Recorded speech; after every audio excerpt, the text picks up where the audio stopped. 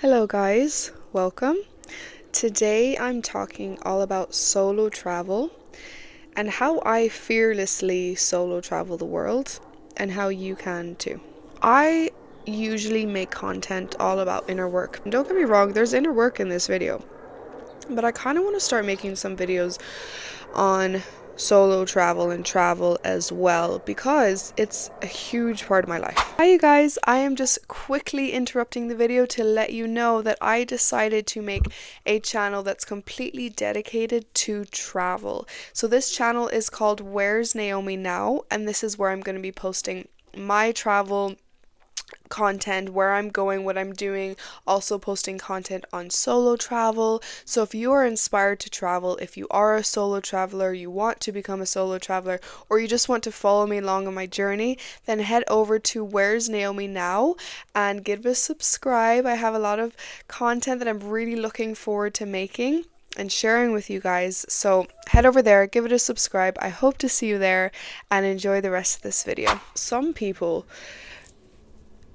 I truly believe, have it in their personality and on their life path to travel. They need it. Okay, I'm one of those people. Before I started traveling long term, I would do short trips and I felt amazing on those trips, and I would do 1 week, 2 week, 3 week trips, and I felt amazing. But before I did long-term travel, I was starting to feel a certain way. I was starting to feel on edge. I was starting to feel like I wasn't myself. And the second I got in that new country, at that new place, I felt like myself again. And that was just a confirmation that this is something I'm supposed to do. If you have that feeling inside of you, that desire to travel and it's not going away, or to go to a specific place and it's not going away, and it's always in the back of your mind, and when people talk about travel, you see TV shows or movies where people are traveling, you almost feel a little bit envious and almost feel like that should be you. That's a huge indicator that it should be you. And that was me. And so I committed to it.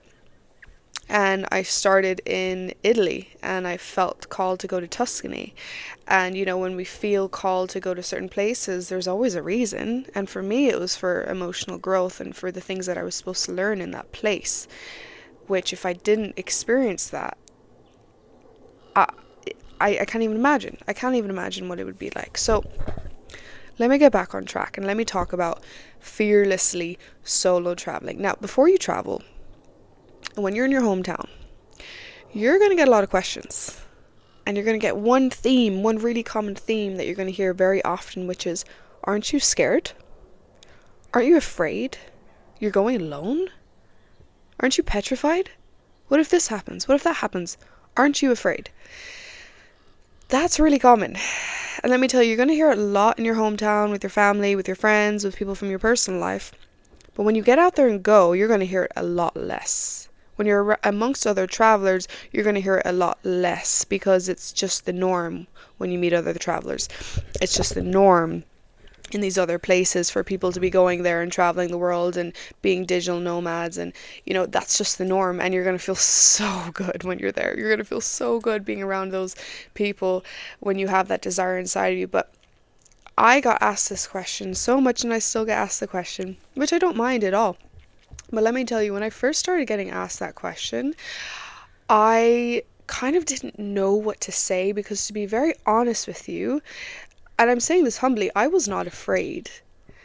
And I'm going to tell you why. I was not afraid of solo traveling and going alone and going to a new country by myself. I was afraid of life if I didn't go. That's the key. I had fear, but it was never about traveling, and it was never about solo traveling. And of course, I know there's other components we're going to talk about soon. We're going to talk about in a minute: safety, finances, all of those things. But first, just in general, the anxiety of going by yourself and traveling the world. If you don't want to have the fear, shift the fear and ask yourself, if I don't do it, and if I don't do it now, what will life be like? If I decide to settle down now, have the family now, get married now, and don't do the travel, will I resent it? Will I resent myself for not going? Will I potentially resent my partner for kind of taking that away from me, which he or she didn't do? You just made the choice not to go. Will I live an unfulfilling life? Will I not be on the life path I should be on? Will I be experiencing so much less? Will I only be experiencing a droplet of this life when I could be experiencing an ocean? Shift the fear to that. And when you start focusing on that, which I know is scary, we don't like to think about those things, but this is your one life, so we need to. When you shift your fear onto those things, suddenly the idea of traveling and going alone if you have to is a lot less scary, because the other side is much scarier. Now, for some people, it's not scary at all to live their very comfortable life and stay in one place. There's nothing wrong with that. Some people are homebodies. Some people want to settle down very early and get married very early, or whatever they want to do. And that's absolutely fine. That's them. But if you're still watching this video, that's not you. Okay? That's not you. So shift the fear to what life will be like if you don't go. And suddenly the fear of going diminishes, because that's a lot less scary. And so I didn't even have to try to do this. I was just naturally afraid of not going. I was naturally afraid because it was building and building and building up inside of me. And yeah, but you can intentionally do this. You can consciously start to think of those things and watch how your anxiety about going and going alone diminishes. Now, of course, we have the component of safety, like I said, especially if you're a woman and going alone, or maybe have the component of being afraid of being lonely. Okay, let's start with safety. Now, obviously, we're going to be smart. Have I been to places that are deemed unsafe? Yeah, I have. And the first thing I want to say, the very first thing, just be smart, but the first thing I want to say is those places that most people tell you are unsafe, you're gonna feel a lot safer than you think, okay? Most of the time.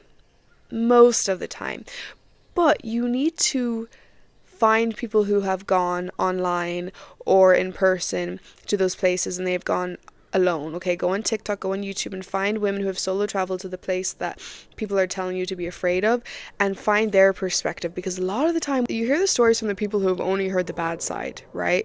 And then you go there and you're like, okay, where is it? Where's all these things I was supposed to be afraid of? You know what I mean? Obviously it's undercover and there's things behind the scenes, but places generally aren't as scary as we think when we go there. There are so many components to America that make it a lot less safe than these other places that we're being warned about. But we're often less afraid, to come to like California and come to all these other states. I'm not telling you not to go to these places. They're great. You can be safe in these places 100%. But, I'll get advice from people who live in California about not going to certain places. But they don't realize that the state that they're in is actually more unsafe than these places that they've never been to and they don't actually really know about. They're just seeing and hearing the bad stories so much that they deem the entire place is unsafe. Now, of course, I keep telling you, be smart, but look at the women who have solo traveled there already and see their perspective on the safety of the place, because a lot of the time it's actually safer than what people say. And I know I'm really, really afraid to say that, but I've just experienced myself. I've experienced a lot of stories and a lot of people saying things, and I go to the place and I'm like, oh my gosh, I feel safer here than I did in America. Oh my gosh, there is a police force that makes me feel so safe in this country. There's all these components, all these things about the country and about the place that actually make me safer and feel safer than I did in America. So hear the stories from the people who have gone. Don't hear the stories from the people who have not gone. Okay? Don't hear the stories from the people who just listen to the bad stories, listen to the news, and listen to all these things. Listen to the people who have gone and who actually know. The next thing I want to say about safety is, like I keep saying, just be smart. Okay, you're not walking alone at nighttime. You're not walking around streets where there's not very many people around with your headphones in so you can't hear. You're not going to those dodgy places. You're listening to your gut. You're building your intuition, okay? That's my biggest thing with travel, is how I have built this relationship with my intuition. I've made videos on this I really recommend watching. if you're a female solo traveler, is building that relationship with your intuition. Um, but yeah, we're gonna be street smart. We're not gonna go to the dodgy places. We're not gonna go down the street that's dark and where there's not many people. And if you have a bit of common sense, you're more capable than you think to go these places. And if you really, really are afraid, then look up the safest places in the world and go there. You don't have to go the dodgy places. The next thing I'm going to talk about is loneliness. I personally have found myself having a lot less lonely days when I travel than when I'm in one place. A whole lot less. And the reason is the way I travel. The way you travel is so important. Now, there's one thing I always say. I've always said, even if I was a billionaire, I would still spend time in my travels in hostels, okay? Now, are hostels for everybody? No. But if you've never done it, please just try it. And if you're female, go to the female dorms. Please just try it. Please, I beg you. I beg you, okay? When you go to hostels, when you're amongst other travelers, when you're amongst other like-minded people, sometimes it's actually hard to get time alone. Okay, you couldn't even be lonely if you tried at times in certain hostels because you're around so many people who want to make friends. I rarely experience loneliness when I travel. I rarely do. Now, do I have confidence to speak to strangers? Yes, I do. Do I have the confidence to go up to people and ask questions? Yes, yes, I do. But even if you don't, you go to these places where you're amongst other travelers, it becomes way easier. And often they come and talk to you. You don't even have to try. The second you walk into a hostel, sometimes you're getting bombarded with questions. Where are you from? Where are you going? Where are you traveling to next? So fun, you know what I mean? So, so, so fun. So I wouldn't be afraid of loneliness unless you're like, I can only travel and stay in hotel rooms and I can only stay in Airbnbs and I can only stay in these places. You are likely to be lonely if you do that. If you kind of just stay inside and want to relax and stuff like that, you are more likely to be lonely. So that's why I recommend to go to those hostels, go to those female dorms, and then check the reviews, make sure it's a place you feel comfortable going. And if not, go out in public where you can meet other travelers. Find the apps where you can meet other travelers. I've used them as well and it's been amazing. Obviously be safe and be smart, but use the apps. Maybe there's like, I'm sure there's maybe Reddit communities or something, obviously meet in public places of other solo travelers. There are ways online to meet other solo travelers if you have to stay in accommodation by yourself for whatever reason. That's absolutely fine. There's no shame in that, obviously.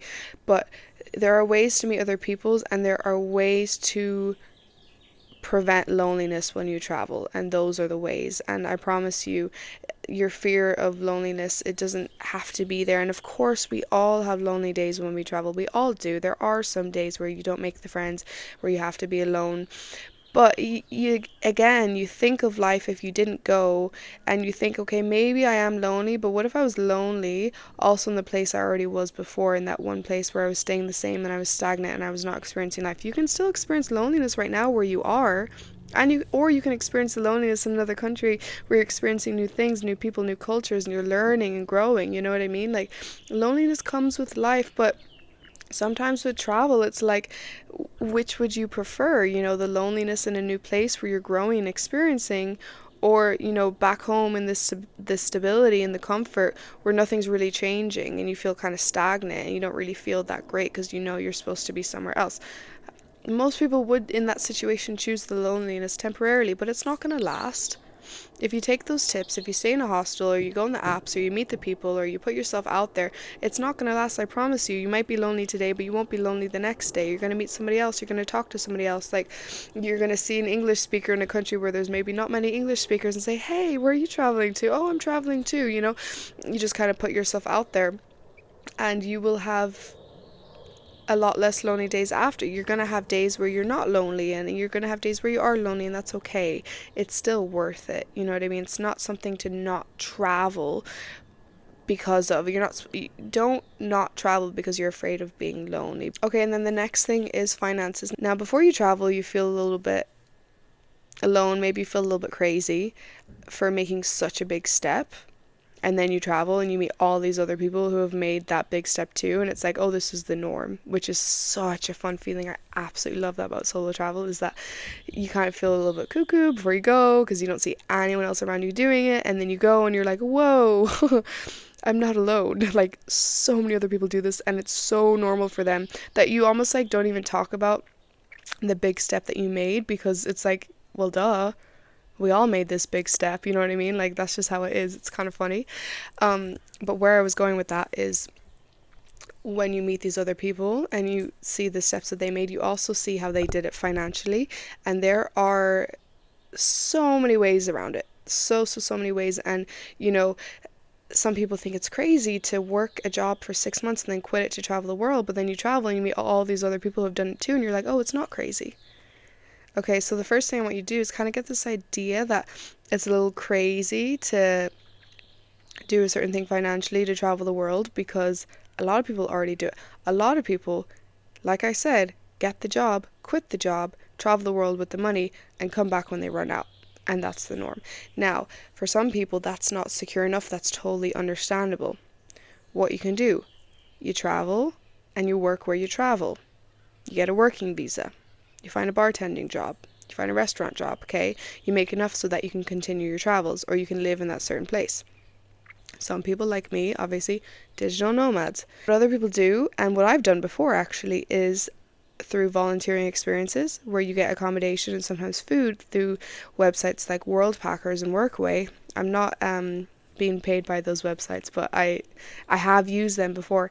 And you go on the website and you find volunteering experiences, and you volunteer for a couple hours a day, maybe get the weekends off, and then you get to live there and meet other people and other travelers and experience new things, and it can be the funnest thing ever. And then boom, you have free accommodation and food sometimes too. And I love telling people about that, because it's fascinating how so many people don't realize that there's so many ways to travel and the possibilities are endless. And then maybe on your travels you make a friend and then you get to live with a friend for a little while. Like, it's actually endless. But that volunteering experience that I told you about, it's really possible. And some people truly travel the world this way. They travel the world through volunteering, and they're not paying for accommodation, and they're having the time of their lives, and they're experiencing life the way they want to experience it because they're doing it that way. But some people think, oh, traveling is so expensive, I have to spend $200 a night on a hotel every single night in order to travel in these luxury places. No, you don't. No, you don't. Do you have to pay for the flight? Yeah. But when you get there, there are endless possibilities of things that can happen, and you can plan it so that you don't have to pay for accommodation. You know what else I've seen? I've seen people take pictures for hotels and make videos for hotels and for Airbnbs and get paid by the Airbnbs and the hotels and get to also stay at them for free.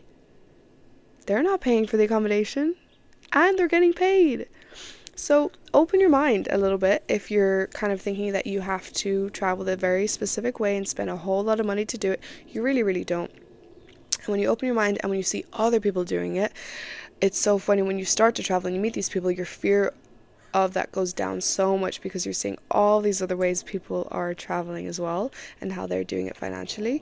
So yeah, open your mind to it, and don't allow your finances right now to be the biggest component to stop you. Just open your mind to what's possible, and maybe there are ways you can do right now. Maybe you are, maybe you have to wait, you have to work a little longer, that's okay too, but just realize there are so many ways to travel, and there's so many ways to do things in this life, and way more than we realize. And you're going to learn so much more along the way of how other people are doing it. It's going to be fascinating for you. Where am I going next? So when I go back, I'm going back to Italy, and then I'm going to see Albania, Copenhagen, Norway. I'm originally from Ireland, and I'm going to go back there for a little while.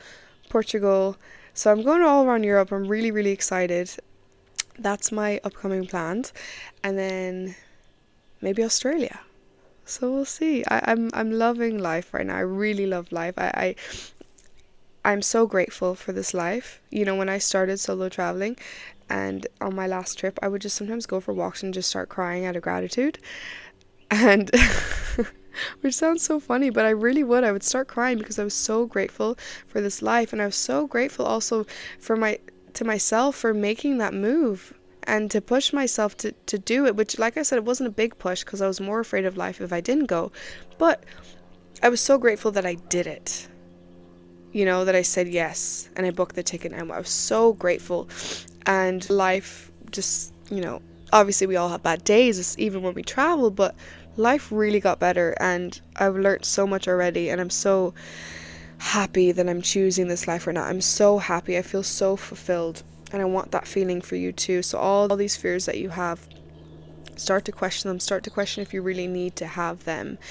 And, you know, if you can't do it right now, start planning and start getting excited for when you can.